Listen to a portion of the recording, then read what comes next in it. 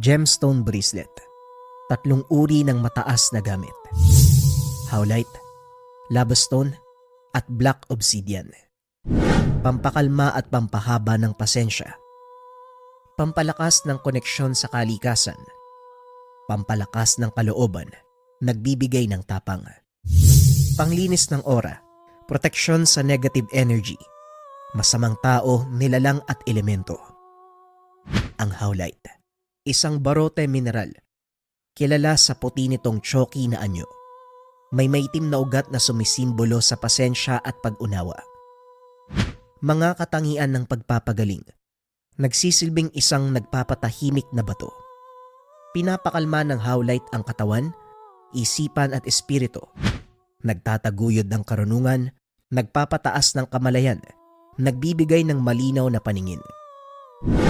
Lava stone. Ang lava stone ay isang grounding stone na nagpapatibay sa koneksyon ng isang tao sa inang kalikasan. Nagbibigay ito ng lakas at tapang, nagbibigay daan sa katatagan sa panahon ng pagbabago. Black obsidian. Isang malakas na paglilinis ng psychic smog na nililikha sa loob ng iyong aura. Ito ay isang malakas sa psychic protection stone. Ang batong ito may kapangyarihang metapisiko na mga katangian na makakatulong upang maprotektahan ka laban sa negatibong aura o sa mga taong merong masamang tangka sa iyo. At ang huli, San Benito, bilang pangkalahatang proteksyon. Isang gamit, napakaraming bisa. Sa mga interesado mga kabayan, isearch lang ang shop ng Likha Merchandise.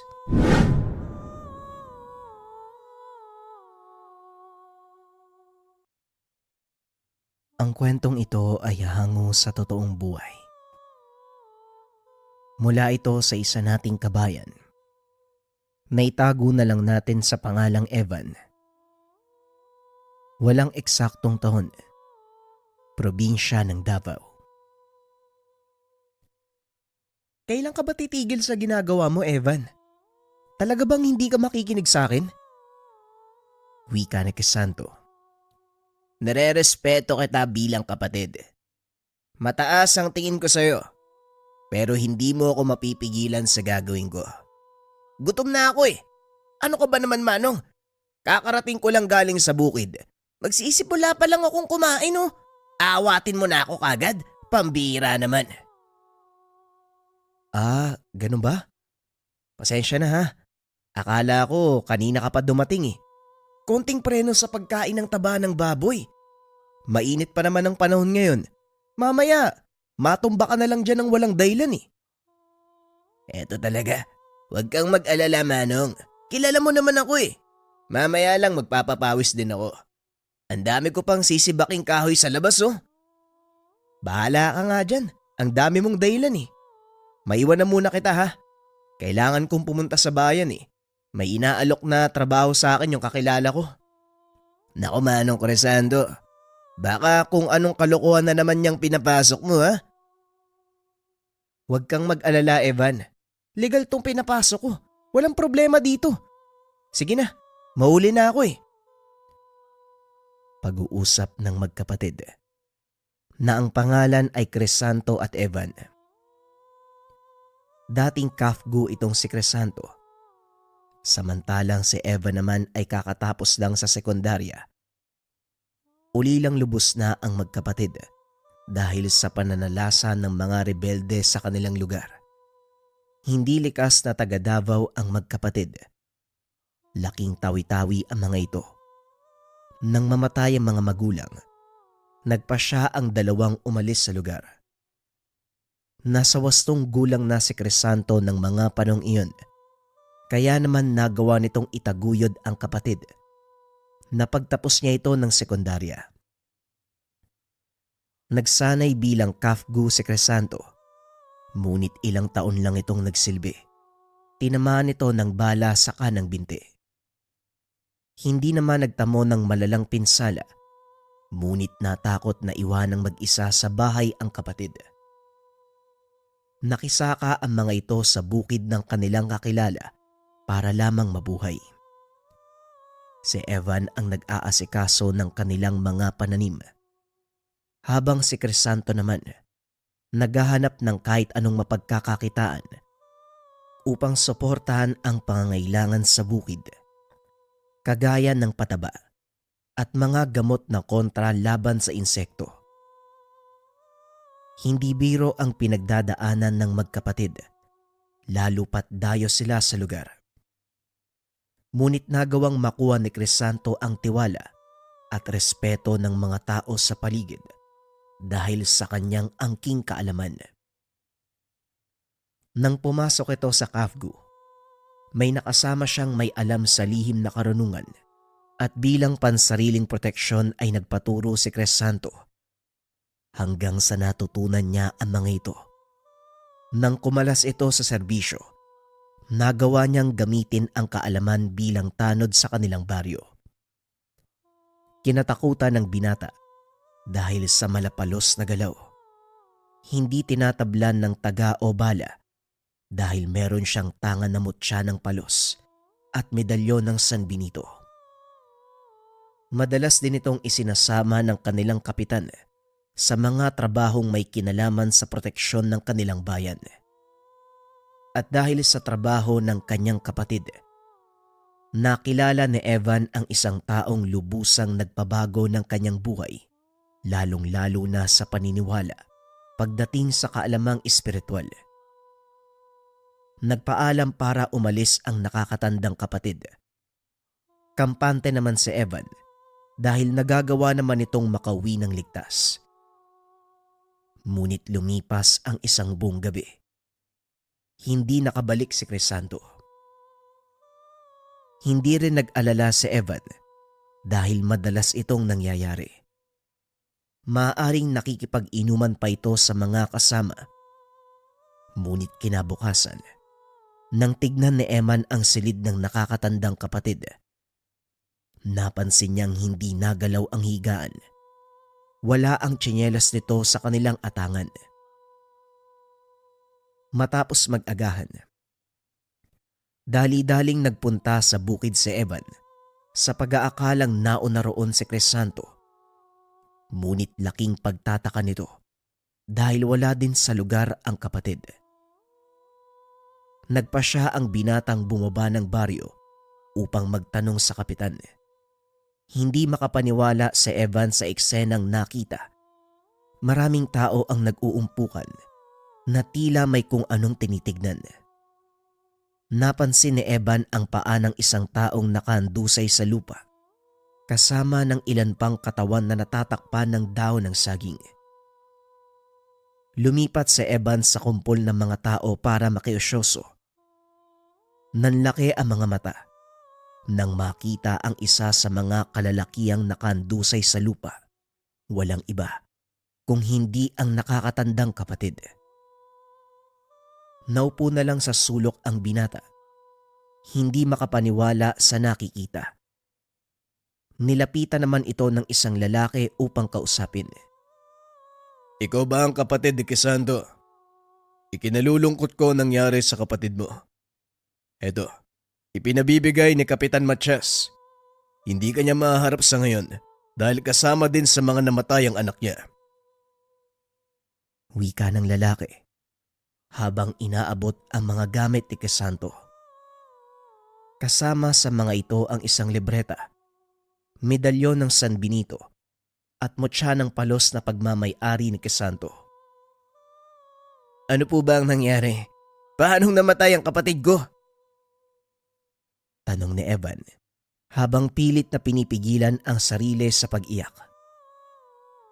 Nagkaroon ng hindi pagkakaunawaan sa kabilang baryo at kami ang napagdiskitahan ng mga nakalaban namin. Uminom ng alak ang kapatid mo. Tinanggal niya ang mga suot na pangontra. Naglabas ng baril ang mga nakalaban namin. Pinagbabaril kaming lahat. Maswerte ako nakaligtas. Ngunit nasawi naman ang kapatid mo at ilan sa mga tanod na kasama namin. Nakilala niyo ho ba yung mga tao na yon, Manong? Hindi namin sila kilala sa pangalan. Pero ang alam ko, miyembro sila ng isang samahan ng mga mamamatay tao. Madalas nag-iikot sa mga bayan para maganap ng mga taong hinahanap ng batas. Bakit mo naman naitanong? Wika ni Delio. Kailangan nilang pagbayaran ng nangyari sa kapatid ko. Tugon ni Evan sabay tayo. Mahirap kalabanin ng mga taong yun. Lalo pat hindi natin alam kung saan sila mahanap. Isipin mong mabuti ang susunod mong gagawin. Wika ni Delio. Hindi na sumagot pa si Evan. Ang tanging nasa isip nito, ang mapagigante ang nangyari kay Crisanto. Naglakad ang binata papunta sa bangkay ng kapatid. Tinignan niya ito, pilit pinipigilan ang sarili sa pag-iyak. Nakita ng lalaki ang matinding galit sa mga mata ng binata, kaya muli niya itong nilapitan. Alam kong gusto mong ipagiganti ang kapatid mo. Kung yan ang iyong nais, kaya kitang tulungan. Pero sa ngayon, bigyan mo muna ng desenteng libing si Crisanto. Nga pala, ang pangalan ko ay Delio. Muling wika ng lalaki. Lingid sa kalaman ni Evan na ang taong kausap, isa sa malapit na kaibigan ng kapatid. Pinili niyang ilihim ito kay Delio sa takot na sa kanya mabunto ng binata ang sisi sa pagkamatay ni Crisanto. Ako naman si Evan. Maaari ko po bang malaman kung gaano kayo katagal magkasama sa trabaho ni Manong? Hindi ko na halos maalala. Ilang taon na rin ang lumipas nang magsimula siyang isama ni Kapitan sa mga lakad namin. Hayaan mo, matapos ang libing ni Crisanto, isasama kita sa kuta. Huwag mo lang sasabihin sa ibang tungkol dito. Wika ni Delio. Hindi na pinatagal pa ang burol ni Crisanto dahil wala naman silang hinihintay na kaanak. Kaagad nilang inilibing matapos ang ilang araw na burol. Pagkatapos ng libing, gaya ng ipinangako ni Delio, isinama nito si Evan sa sinasabing kuta. Isa itong lumang monasteryo sa kanilang bayan at karamihan sa mga naroon, mga pare. Dito ako lumaki, sa piling ng mga pare. Sila din ang nagturo sa akin kung paanong mabuhay sa magulong lugar na ito. Antayin mo ako, may gagawin lang ako sandali. Wika ni Delio. Matapos ay pumasok ito sa isang silid. Nagulat si Evan nang lumabas ang Ginoo. Nakasuot ito ng sutana. Teka, totoo ba tong nakikita ko? Isa kang pare? Oo, Evan. Isa akong pare. Ngayon malalaman mo ang totoong dahilan ng pagkamatay ni Crisanto. Tugon ni Delio. Ipinagtapat nito ang lahat kay Evan. Ang tungkol sa samahang kinabibilangan ng kapatid at ang totoo nilang layunin. Ayon kay Delio, si Crisanto ang isa sa pinakamahusay nilang manunugis. Ngunit ang pangkat na nakalaban nila nang gabing mamatay si Crisanto, higit na mas maraming karanasan kung ikukumpara sa kanila. Sabihin niyo sa akin, bakit tinanggal ni Manong ang mga pangontra niya ng gabing yun? Dahil sa respeto, Evan. Iginagalang ng kapatid mo ang banal na espiritong bumabalot sa kanyang mga tangang gamit. At ayaw niya itong madungisan. Ganon din ang ginawa ko. Hindi ko sinuot ang aking mga medalyon. Dahil ang lugar na pinasok namin ng mga sandaling iyon, hindi maaaring pasukin ng isang taong may tangang banal na gamit. Teka, sandali lang. Hindi ba pari ka? Anong ginagawa mo sa ganong lugar? Nahuli mo ko.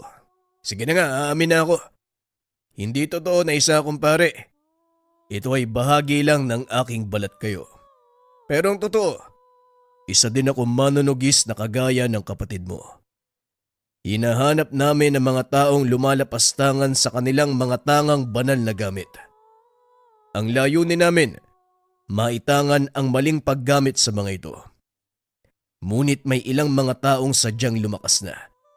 Dahil hindi lang aral ng Diyos ang kanilang ginagamit, nakipagkasundo din sila sa demonyo para lalong lumakas.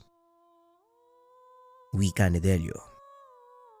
Posible palang pagsabayin ang dalawang aral. Pero ang sabi sa akin ni Manong Crisanto, kailangang mamili ka lang ng isa, hindi ba? Tama ka. Pinili nila ang paglingkuran ng kaliwa dahil mas ramdam nila ang presensya nito. Ito rin ang dahilan kung bakit hindi nagdadalawang isip na pumatay ng tao ang mga nakalaban namin. Pagpapaliwanag ni Delio. Ayon pa sa Ginoo, dati rin siyang kasapi ng samahang iyon. Ngunit nang matuklasan nito ang ginagawa ng mga dating kasama, napagpasyahan niyang kumalas. Inilibot ni Delio si Evan sa loob ng kanilang kuta at dito nalaman ng binata ang totoong trabaho ni Crisanto.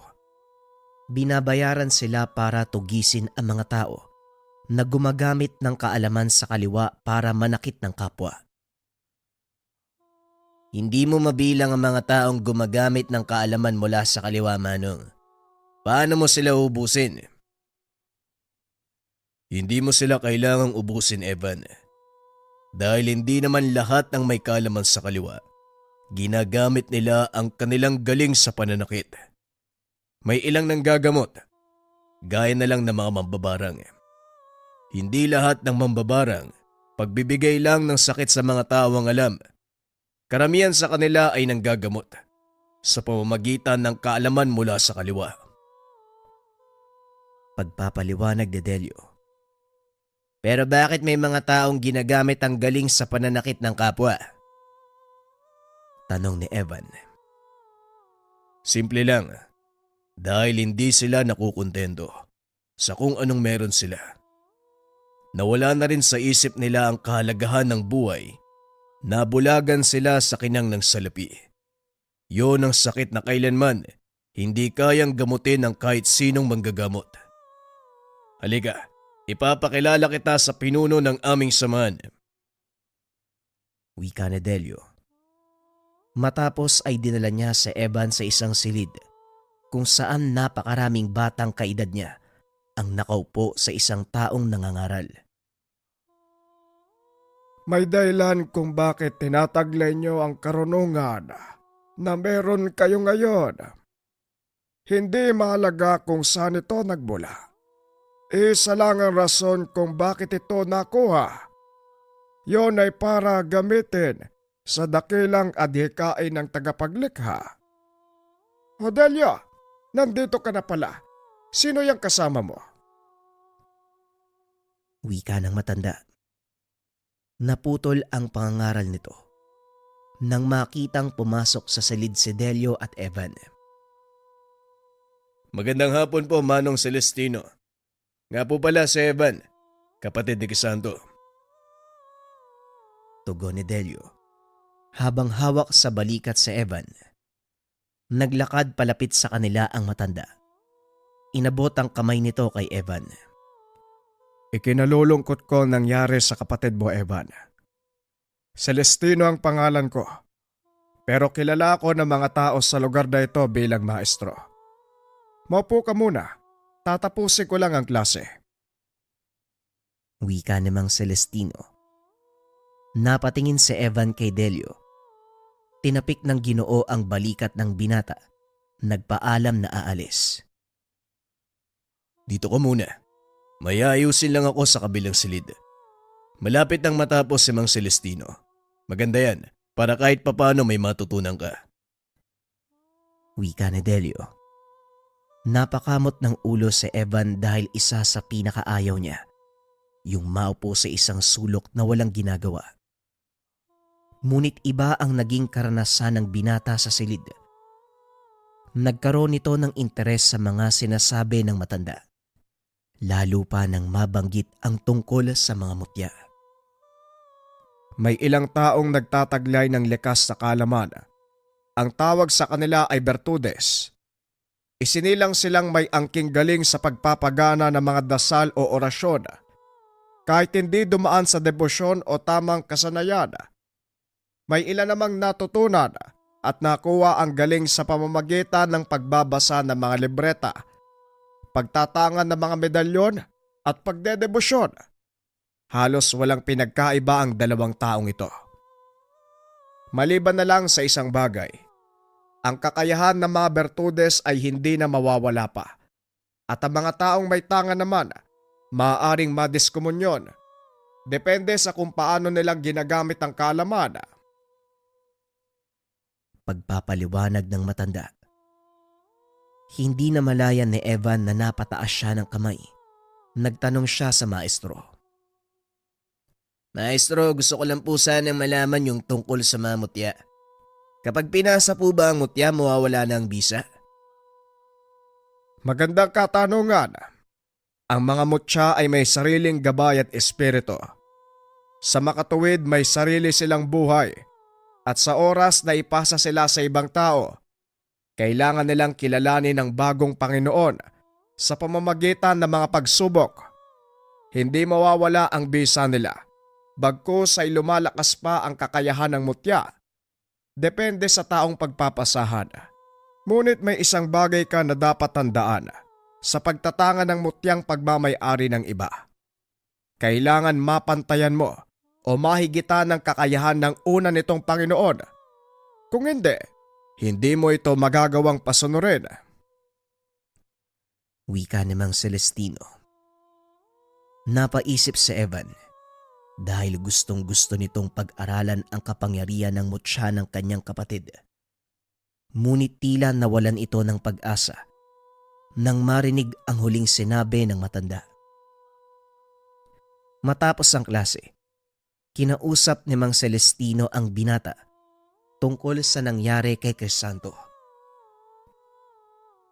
Si Crisanto, isa sa pinakamahusay kong mag-aaral. Nagagawa niyang pagsabayin ang paggamit ng kanyang mutya at medalyon ng San Benito. Malakas ang kapatid mo. Tuwid ang prinsipyo. Simula nang matutunan niya ang mga aral ko, ni minsan hindi siya lumihis. Ito rin ang dahilan kung bakit siya napahamak. Iniingatan lang ni Manong ang kanyang mga tangan. Kahit noon pa man, ganun na talaga ang ugali niya. Hindi ko nga po maawakan ng mga medalyon niya eh. Ang sabi, wala daw ibang pwedeng humawak nun. Akala ko nga nagdadamot lang siya eh. Totoo naman ang sinasabi ng kapatid mo. Hanggat buhay pa ang nagtatanga ng isang medalyon, hindi ito pwedeng ipahawak sa iba. Maliban na lang kung ipapasa na ito ng lubusan. Ganun ho ba? Kasi ibinigay sa akin ni Manong Delio yung mga gamit ng kapatid ko. Kasama doon yung mutya. Naroon din yung medalyon. Wala naman sinabi sa akin si Manong Delio kung anong dapat kong gawin. Ganun ba? Hawak mo ba ngayon ang mga gamit ng kapatid mo? Oo, nilagay ko lang sa isang sisidlan. Eto oo. Tugon ni Evan. Sabay pakita ng supot na gawa sa tela. Sa palagay ko, kinuha lang ito ni Delio kay Crisanto nung wala na siyang buhay. Pero malay natin, bakit hindi mo tanungin si Delio? Pero bago yan, halika muna sa kusina. Nagugutom na ako eh. Ano bang gusto mong kainin? Wika ni Mang Celestino. Habang naglalakad ang mga ito, nakita ni Evan ang ilang kabataan nagsasanay sa mano-manong pakikipaglaban. Nagulat ito dahil ang nagtuturo walang iba kung hindi si Delio. Si Manong Delio pala ay nagtuturo sa kanila sa paggamit ng mga sandata? Oo, silang dalawa ng kapatid mo. Pero ngayon, mag-isa na lang si Delio.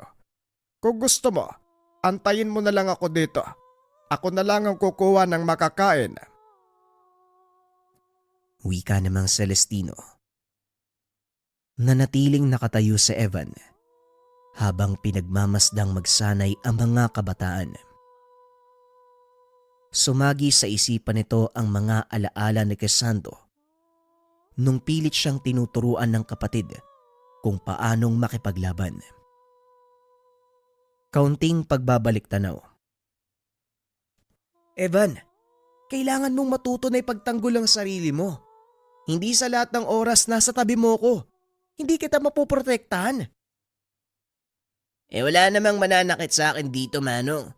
Kasundo ko ang lahat ng mga batang kasit edad ko dito. Kahit na. Bakit? Habang buhay ka lang bang maglalagi sa lugar na to? Darating ang panahon, hahanapin mo ang sariling buhay, Evan. Lalayo ka sa baryong ito. Makikipagsapalaran. Mas mabuti nang may alam ka kaysa mapag-iwanan. Wika ng nakakatandang kapatid. Kung sakaling umiwas na lang sa gulo, pwede naman yun, di ba? Oo, tama ka. Pwede ngang umiwas, pero ang tanong, habang buhay mo bang gagawin yun? Alam mo, Evan, may mga pagkakataon na kailangan nating harapin ang hamon sa ating buhay. Isa na dito ang panganib na pwedeng makaengkwentro. Kaya kailangan handa ka. Kahit papaano may nalalaman. O siya, sige na, damputin mo yung baston mo. Pagpapaliwanag ni Crisanto. Biglang nagbalik sa wisyo si Evan nang tapikin ito sa balikat ni Mang Celestino. Mukhang tutok na tutok ka sa ginagawa ni Delio Halika, maupo ka muna at kumain. Naalala ko lang ho yung sinabi sa akin noon ni Manong Crisanto. Kailangan ko daw matutunan na ipagtanggol ang sarili ko. Kaso, binaliwala ko lang yun noon eh. Pero ngayon naiintindihan ko na kung bakit. Wika ni Evan. Maya-maya ay dumating si Delio. Dumampot ng kakanin sa plato. Ano? Kumusta ang unang araw mo dito sa monasteryo? Unang araw? Anong ibig mong sabihin, Manong? Tanong ni Evan. Nagtataka sa sinabi ni Delio. Simula sa araw na ito, opisyal ka nang mag-aaral sa lugar. Isa ka sa mga habili ni Crisanto bago siya malagutan ng hininga. Kupkupin kita at dalhin sa lugar na ito. Ganun ba? Hindi mo man lang ako tinanong kung papayag ako o hindi. Hindi ko na kailangan magtanong pa. Nakikita ko sa mga mata mo ang kagustuhang matuto, Evan. Pinagmamasdan lang kita kanina eh. Nakatayo ka lang dyan Tutok na tutok sa mga ginagawa ko. Wika ni Delio habang nakaturo sa bintana. Napag-isip-isip ko kasi mga sinabi sa akin ni Manong noon. Ngayon mas nauunawaan ko na ang lahat. Ngayon ko lang napagtanto ang kahalagahan ng mga tinuro niya sa akin. Nga pala, may nabanggit ba siya tungkol sa mutya at medalyon na iniwan niya sa'yo? Tanong ni Evan. Ang sabi lang sa akin ni Crisanto, iabot ko sa'yo. Dahil alam mo na daw ang dapat gawin sa mga yan. Teka, nasan nga pala ang mga yon? Nadala mo ba? Tanong ni Delio. Inilabas naman ito ni Evan, sabay abot sa Ginoo. Hindi ko yan hinihiwalay sa bulsa ko, simula nang ibigay mo sa akin. Yun kasi ang ginagawa ni Manong noon eh. Kahit naliligo siya, talagang nakalagay yan sa bulsa niya. Simula ngayon, ikaw na ang magmamay-ari sa mga gamit na yan. Kaya pwede mo na itong suotin. Pwedeng suotin? Hindi ko nga alam kung paano gagamitin ng mga... Hindi na ituloy ni Evan ang sasabihin. Dinuktungan ito ni Delio. Kaya nga nandito ka, di ba? Dahil kailangan mong matutunan ng ilan sa mga bisa kung paanong ginagamit ng kapatid mo mga yan, lalo na ang mutya ng palos. Pangungunahan na kita, Evan. Hindi magiging madali ang lahat para sa'yo. Pero tiwala ko malalampasan mo ang pagsasanay na ito. Wika ni Mang Celestino. Isipin mo na lang ang sinabi sa'yo ni Crisanto noon. Sigurado kung gaganahan ka magsanay. Pag-uusap ng tatlo. Nung araw na yun, nagsimula ang pagsasanay ni Evan. Halos isang buong taon ang ginugol nito para lamang maperpekto ang paggamit ng medalyon ng San Benito.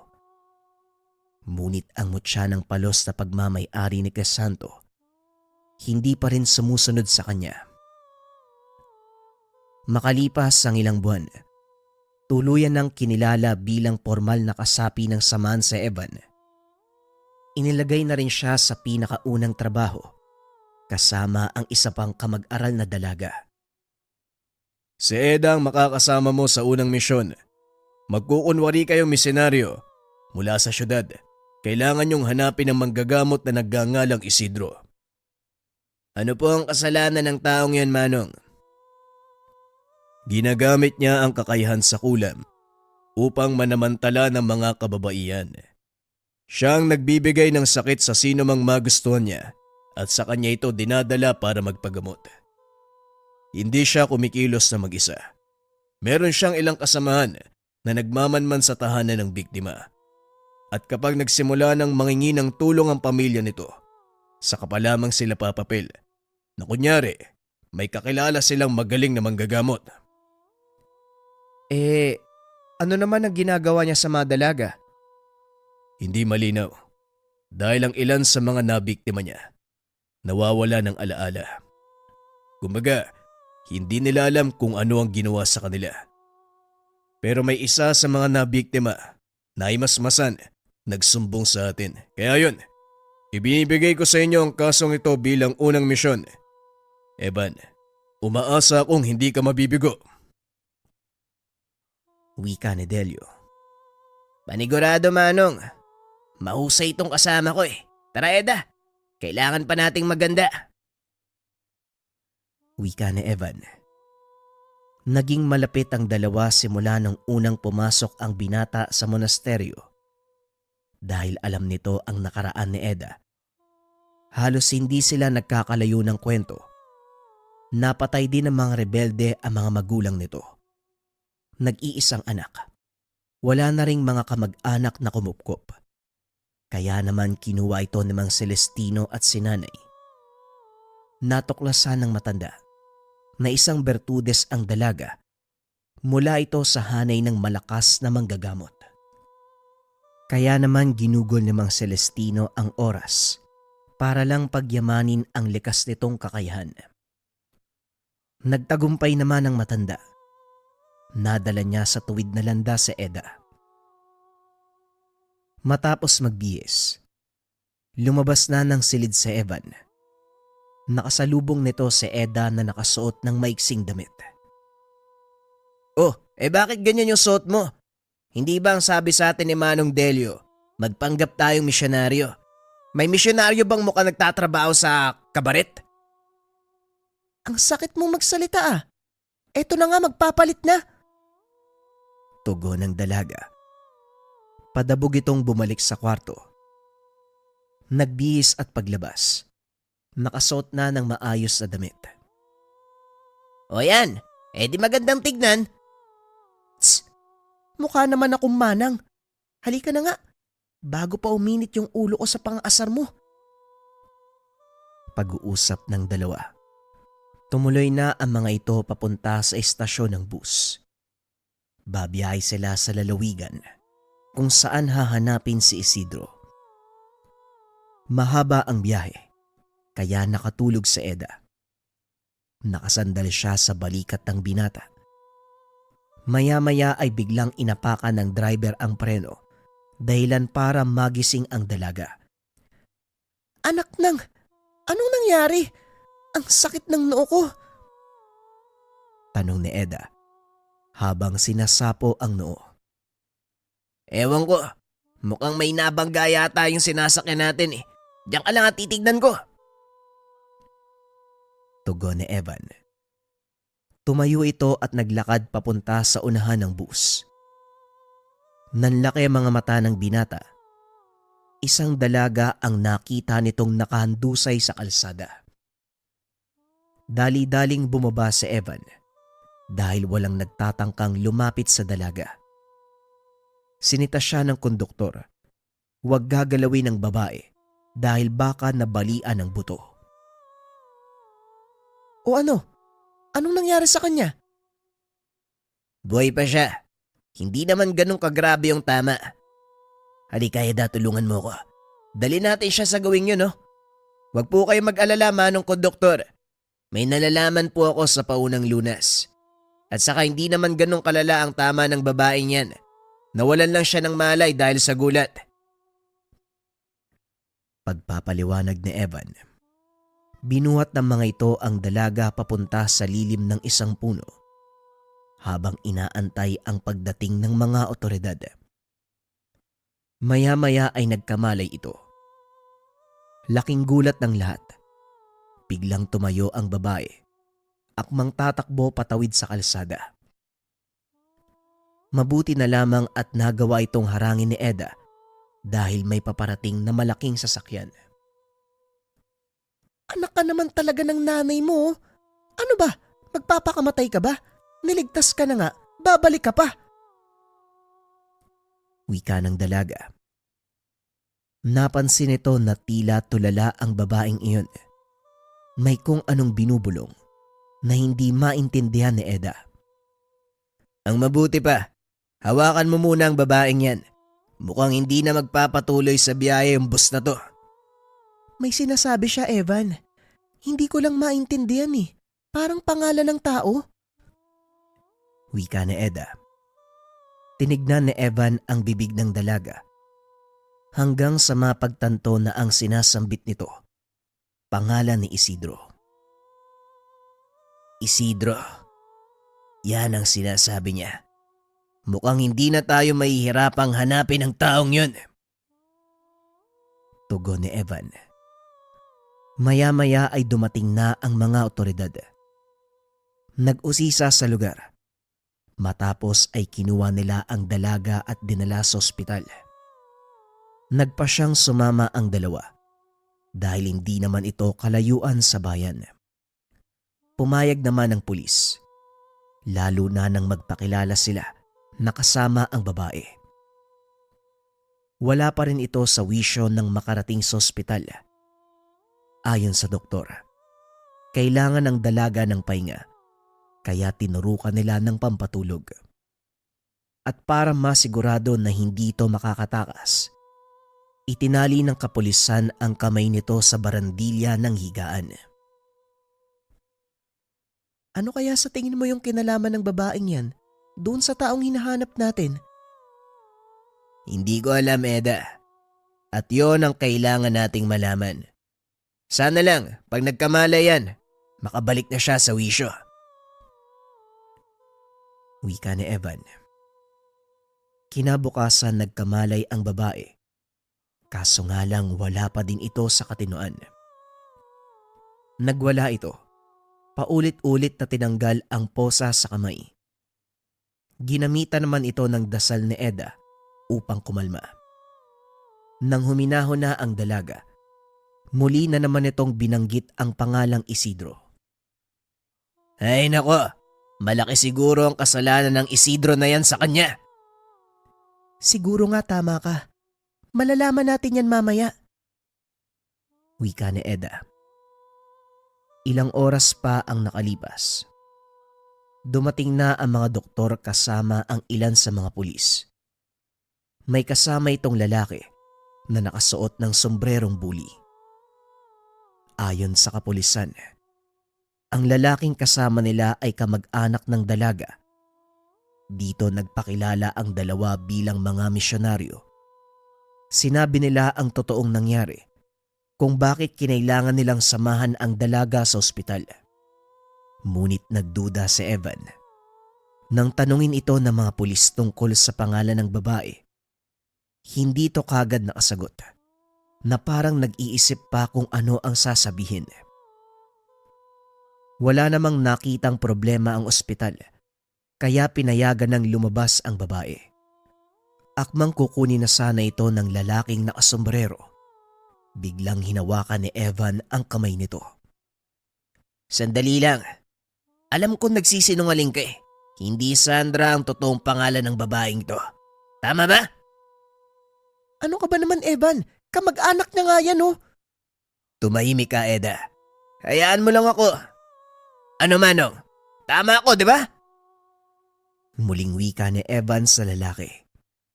Kamag-anak ko si Sandra. Yon ang totoo niyang pangalan. Tugon ng lalaki.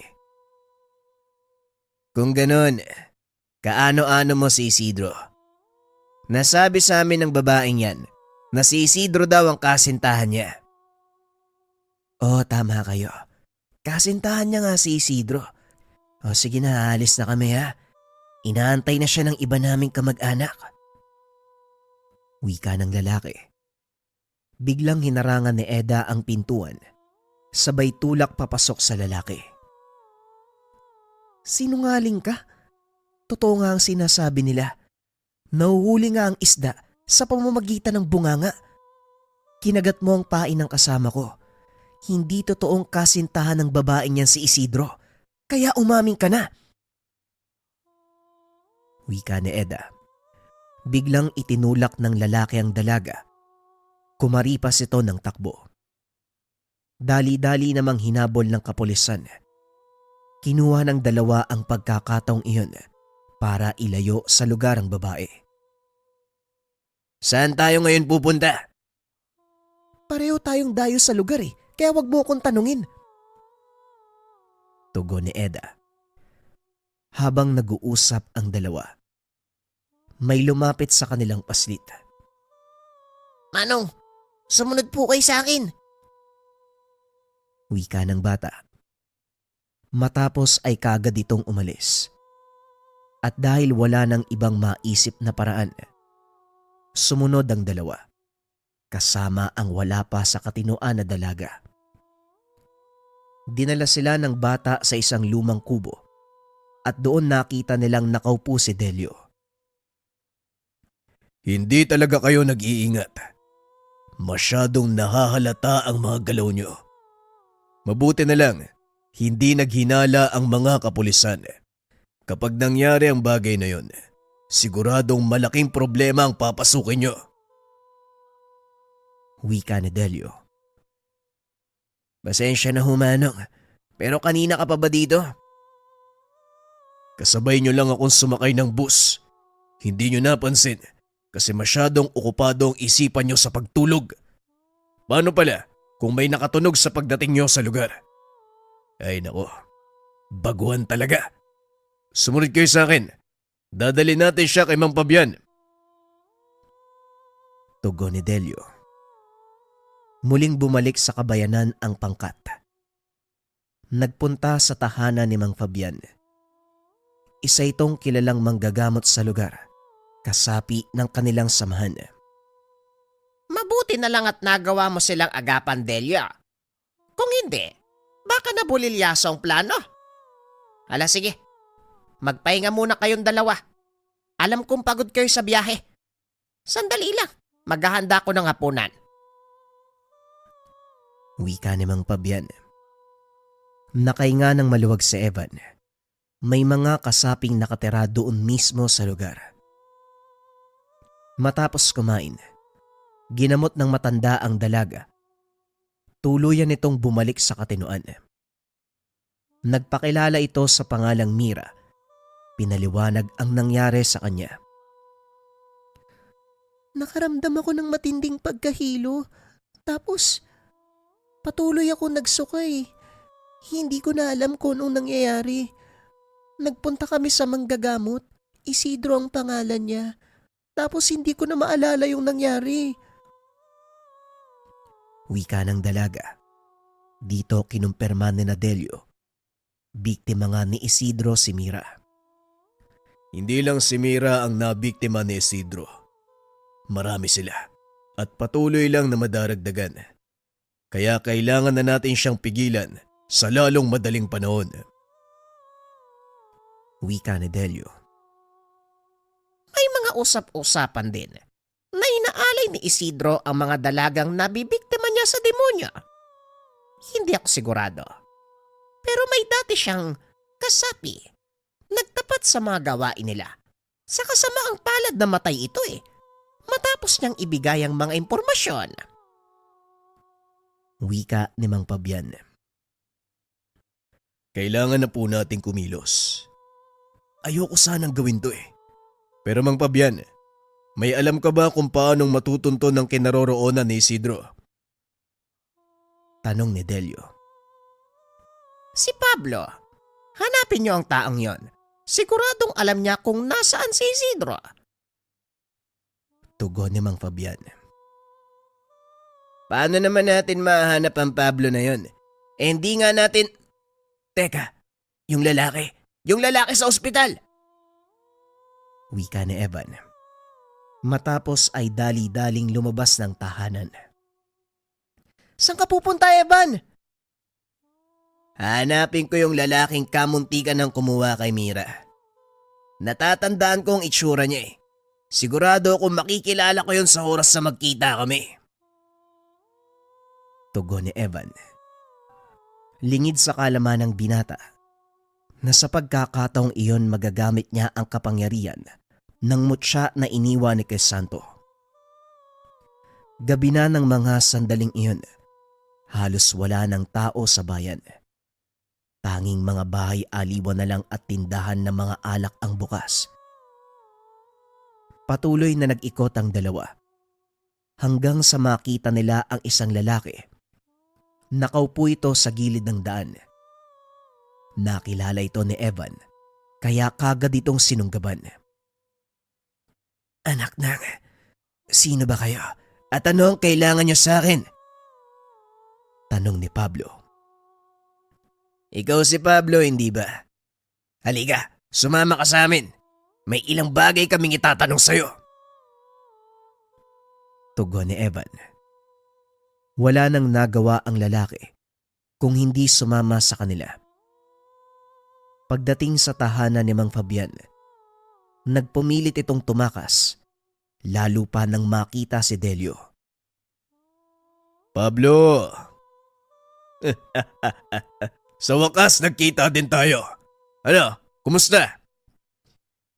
Ay, wala akong ginagawang masama. Pakawalan niyo ako. Wala nga ba? Natatandaan mo ba ang dalagang to? Nanlaki ang mga mata ni Pablo nang makita si Mira. Tauhan po siya ng manggagamot na nilapitan namin. Siya po yung nagdala sa amin kay Isidro. Ay, Lubong, mukhang wala ka ng lusot ah. Wika ni Evan. Teka, sandali lang oy. Tauhan lang ako. Napagutusan lang ako. Kung gusto mong mabuhay ka pa, sabihin mo sa amin ang kinaroroonan ni Isidro. Wika ni Evan. Walang problema. Basta hindi nila malalaman na ako nagturo sa kanila. Tugon ni Pablo. Pinaliwanag nito ang kinaroroonan ni Isidro. Ngunit nagbigay ito ng babala kina Evan. Hindi basta-bastang mapapasok ang lugar. Gwardyado ito ng mga antingero at may mga kakayahan. Ano Evan? Handa ka na ba sa una mong laban? Tanong ni Delio. Ang totoo Manong, hindi ko alam kung kaya ko. Pero malaki ang tiwala ko sa mga tinuro niyo. Mahusay. Yan lang naman ang kailangan. Sige na. Kung nakapaghanda na kayo ni Eda, lalakad na tayo. Wika ni Delio. Matapos maisaayos ang dapat gawin, kagad nang lumakad ang pangkat. Pinunta nila ang pinagkakanlungan ni Isidro at doon nakita nila ang napakaraming bantay. Ako na ang bahala. Makakapasok tayo ng walang kahirap-hirap. Wika ni Eda. Nagpatuloy lang sa paglalakad papasok ng bakuran ang dalaga. Laking pagtataka nila Delio. Hindi ito hinarang ng mga bantay. Sumunod si Evan. Ngunit akmang papasok pa lang ito ng bakuran. Hinarang na ito ng mga bantay. Mga kasama ko sila. Baka pwedeng papasukin nyo na lang po. Wika ng dalaga. Pinapasok naman ito ng mga bantay. Walang pagdadalawang isip. Pagdating sa loob ng tahanan, kagad silang hinarap ni Isidro. Anong maipaglilingkod ko sa inyo, magandang binibini? Wika nito habang nakangiti ng nakakaloko. May gusto lang akong ipatingin. Maupo ka at titignan kita. Naupo ang dalaga. Sinimulan nitong suriin ni Isidro. Sa kalagitnaan ng pagtatawas, biglang sinakal ni Delio ang manggagamot. Siguro naman, nakikilala mo kung sino ko. Nanlaki ang mga mata ni Isidro nang lingunin si Delio. Delio, anong ginagawa mo dito? Oras na siguro para maningil sa lahat ng kasalanan mo. Biglang bumalikwa si Isidro. Akmang tatakbo na sana pero nahawakan ito ni Evan. Hoy, saan ka pupunta sa palagay mo? Dito ka lang. Wika ni Evan. Sabay hatak sa matanda. Mukhang nagkamali kayo ng pinasok. Hindi nyo ba nakikita ang mga bantay ko? Bantay? Parang wala naman ah. Wika ni Evan. Sabay silip sa pintuan. Nang tignan nito ni Isidro, nakita niya ang mga kasama na nakahandusay sa bakuran.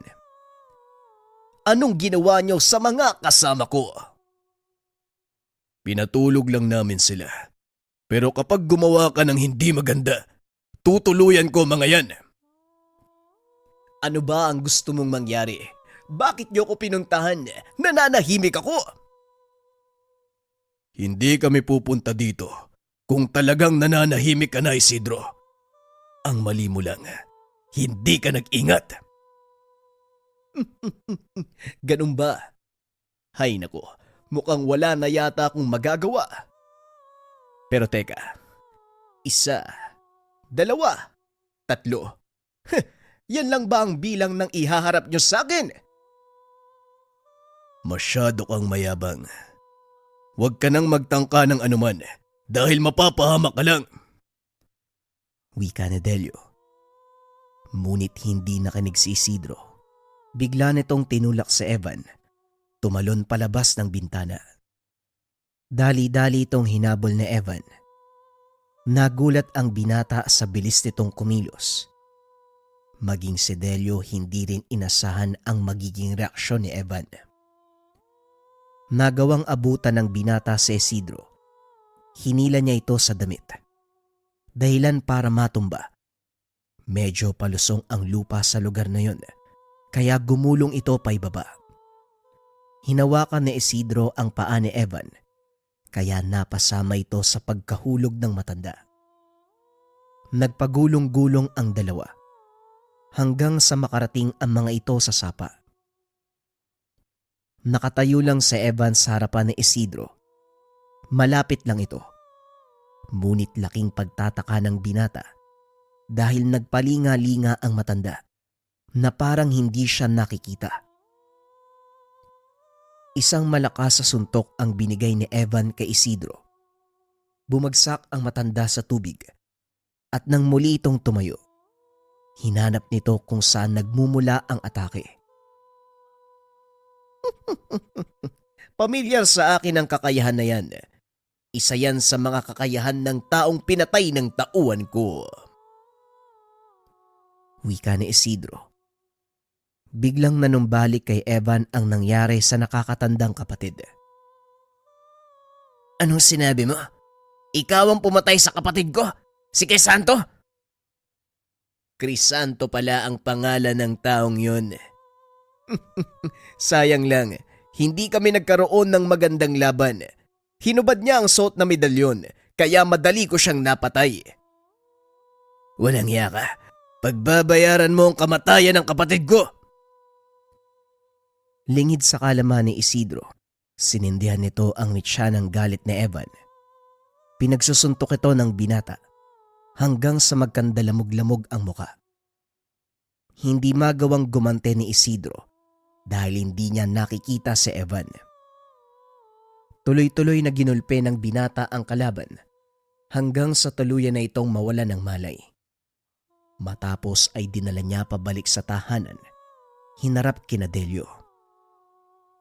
Walang iya, anong ginawa mo dyan? Parang pinanggigilan mo ng gusto ah. Siya ang pumatay kay Crisanto. Inamin niya mismo sa akin. Tignan mo nga naman. Ibang maglaro ang tadhana.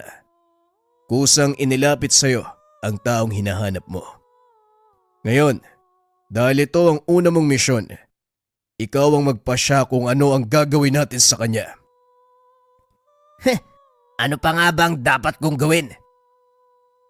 Wika ng binata. Sabay dampot ng itak na nakasugbit sa tagiliran. Pilit na pinaluhod ng binata ang matanda. Idinantay ang itak sa leeg sabay hila. Para yan sa lahat ng ginawan mo ng kasamaan. Wika ng binata. Sabay taga sa katawan nito.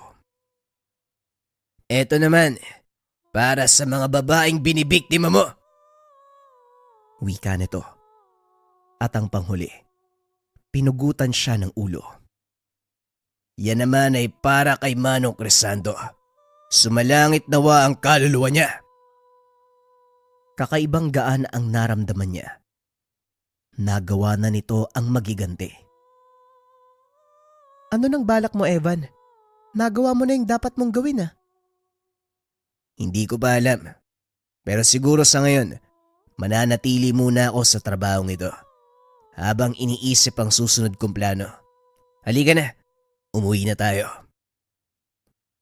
Tugon ni Evan. Ipinagpatuloy ng binata ang sinimulan ni Crisanto. Naging manunugis. At habang ginagawa niya iyon, nag-aral siya sa larangan ng panggagamot. Mabilis namang natuto ang binata. Nagamit nito ng maayos ang lahat ng nalalaman upang makatulong sa kapwa. Hanggang sa hindi na malaya ng binata ang nangyayari sa kanyang buhay. Tuluyan na itong napako sa pagiging manggagamot. Hindi na ito nagangad pa na baguhin ang kanyang landas. Sa isip-isip ng binata, ito marahil ang dahilan kung bakit siya nagkaroon ng pagkakataon na matuto ng lihim na karunungan. Kinilala ng marami ang kausayan ni Evan, lalo na sa panggagamot ng kulam at barang. Nagamit din ng maayos ng binata ang mga minanang kagamitan mula sa nakakatandang kapatid. Ipinagpatuloy din ni Eda ang pagiging manunugis. Paminsan-minsan dumadalaw ito kay Evan para magpabasbas ng mga bagong gamit. Hindi inakala ni Evan na tuluyang magbabago ang kanyang buhay nang mamatay ang kanyang kapatid.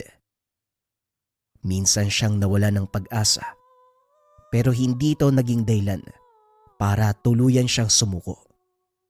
Bagkus ay naging daan pa ito upang maging mas makabuluhan ang buhay. Masaya si Evan dahil nagagawa niyang makatulong sa marami. Bilang manggagamot at manunugis, hindi pa rin inaalis ang natutunang balat kayo. Isang misyonaryo, isang vigilante na nagpapanggap na banal.